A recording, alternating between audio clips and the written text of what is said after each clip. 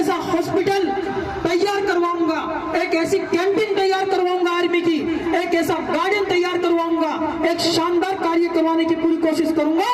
कि आपको बताना चाहता हूं कि शानदार हॉस्पिटल जो कि जयपुर में जाने की आपको जरूरत नहीं पड़ती थी, सीकर जाने की आपको जरूरत नहीं पड़ती थी। आपको बताना चाहता हूं, इस बात को देखते हुए उन्होंने कहा कि बद्रीनाथ चौधरी गोयनका ट्रस्ट के पास में गए और अपनी झोली फैला दी 36 कौम की जनता के लिए और कहा कि आपकी जमीन चाहिए मुझे नवगढ़ के विकास के लिए।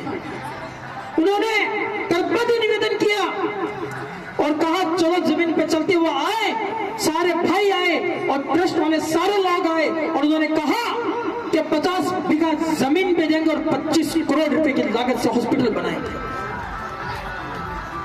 यह बातें लोगों को पच नहीं सकी क्योंकि वो विनाश नीति की बातें करते हैं। विकास की जो बात करता है वो विधानसभा पहुंचता है, विकास की जो बात करता है 36 कौम के दिलों में धड़कनों में आवाज देता है, विकास की जो बात करता है नवगढ़ विधानसभा से विधायक बनकर आने वाले समय का मंत्री बनता है। क्या समझेंगे वो? और उसके बाद वो लोग कहते हैं कि डॉक्टर राजकुमार शर्मा ने बद्रीनाथ जोड़ को तारबंदी के अंदर बंद कर दिया। मैं उनको यह जानकारी भी देना चाहता हूं क्योंकि जो तालीम सही तरीके से शिक्षा अपने जीवन में सही तरीके से प्राप्त नहीं करते हैं उनके पास में जानकारियां अधूरी रहती है, उनका नॉलेज कमजोर होता है, उनके पास में उनकी मानसिकता कमजोर होकर वो कुछ भी बोल देते हैं, शब्दों को दिशा देना नहीं जानते, शब्दों को सही तरीके से तराशना नहीं जानते, बड़ों का अदब नहीं जानते, सम्मान पूर्वक बात करना नहीं जानते, लोकतंत्र की परिभाषा नहीं जानते, संविधान को नहीं जानते, सही तरीके से डेमोक्रेसी को नहीं जानते, मतदान की कीमत नहीं जानते। उन्होंने कहा कि डॉक्टर राजकुमार शर्मा ने तारबंदी करवा दी है। मैं उनको जानकारी देना चाहता हूं कि जिनकी भूमि है उन्होंने ही तारबंदी करवाई है। और मैं उनको यह भी बताना चाहता हूं कि एक कलेक्टर जिला झुंझुनू का, 2 SDM, 7 पटवारी, ऐसे करके 40 अधिकारियों के बीच के अंदर ये बातें हुई थी। अगर बद्रीनाथ जोड़ गलत होता, अगर डॉक्टर राजकुमार शर्मा गलत होते तो 40 अधिकारी अपने घर में सस्पेंड होकर बैठ जाते। और फिर वो बात करते हैं सीमेंट फैक्ट्री की। मैं आपकी जानकारी के लिए और मेरी जानकारी के लिए और सोशल मीडिया के माध्यम से उनको भी जवाब देना चाहूंगा जो कहते हैं कि सीमेंट फैक्ट्री जो बनी है उसके अंदर विधानसभा के लोगों को डॉक्टर राजकुमार शर्मा जॉब नहीं दिलाते। 800 या 850 बच्चे वहां पे प्रेजेंट टाइम में वर्तमान समय के अंदर मौजूदा हालात के अंदर जॉब कर रहे हैं। और वो जमीन किसानों की थी, बिल्कुल किसानों की थी, हमारे भाइयों की थी। और मैं उनको कहना चाहता हूं कि आपकी जुबान से किसान शब्द अच्छा नहीं लगता है, आपकी जुबान से किसानों के हक में बातें अच्छी नहीं लगती है क्योंकि 700 किसानों की शहादत के कातिल के समर्थक आप ही लोग हैं। किसानों को घसीटने का काम आपकी सरकार ने किया है, किसानों के रास्तों के अंदर नुकीले कीले लगाने का काम आपके आदेशानुसार आपके रहनुमाओं ने किया है। और वो लोग किसानों की बात करते हैं, वो लोग जिनको ये नहीं पता कि खेती किस तरह होती है, जिनको ये नहीं पता कि किसान की परिभाषा क्या होती है, वो किसानों की बात करते हैं, बरगलाने की बातें करते हैं।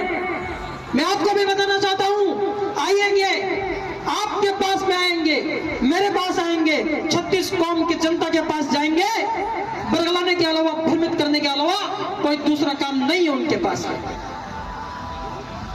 जो अपने आप में विपक्ष का प्रत्याशी मानता है, उनके भाषण जो है वो दूसरे लोग देते हैं, मंच के ऊपर उनके भाषण दूसरे लोग समर्पित करते हैं शब्दों के माध्यम से। जो अपनी विधानसभा के अंदर अपने लोगों के बीच में बात करना नहीं जानता, आप बताइए, सोचिए, विधानसभा के अंदर जो कि 140 या 50 किलोमीटर जाकर विधानसभा मिलती है, उसके अंदर 36 कौम की जनता की बात वो आपकी और मेरी बात कैसे रख पाए?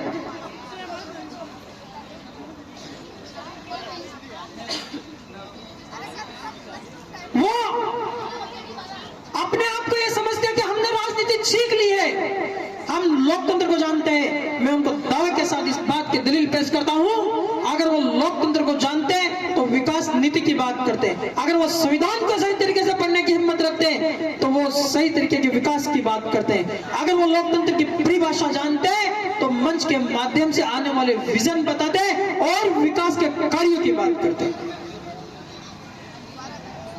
लेकिन आपके लाडले ने और कांग्रेस सरकार ने, माननीय मुख्यमंत्री अशोक गहलोत साहब ने जो राजस्थान को सौगात दी है वो 24 घंटे सराहनीय है, काबिले तारीफ है।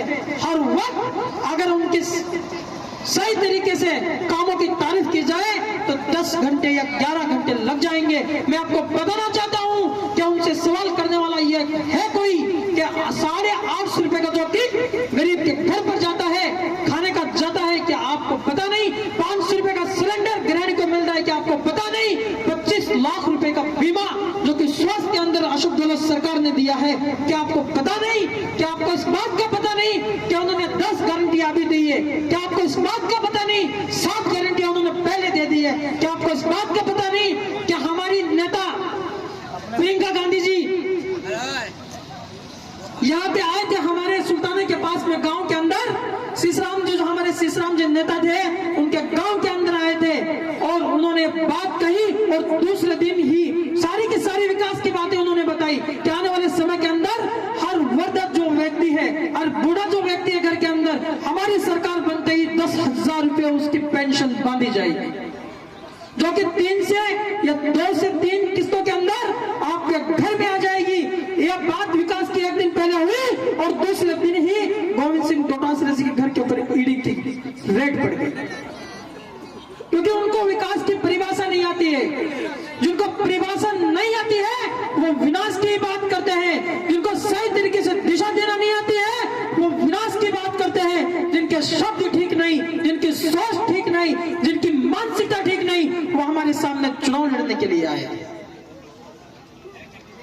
चुनाव तो 36 कौम की जनता ने अपने प्रेम से, अपने प्यार से, अपनी मोहब्बत से, बुजुर्गों की दुआओं से और आशीर्वाद से डॉक्टर राजकुमार शर्मा ने जीत लिया है। बस 3 तारीख का इंतजार करना है, घोषणा होना बाकी है।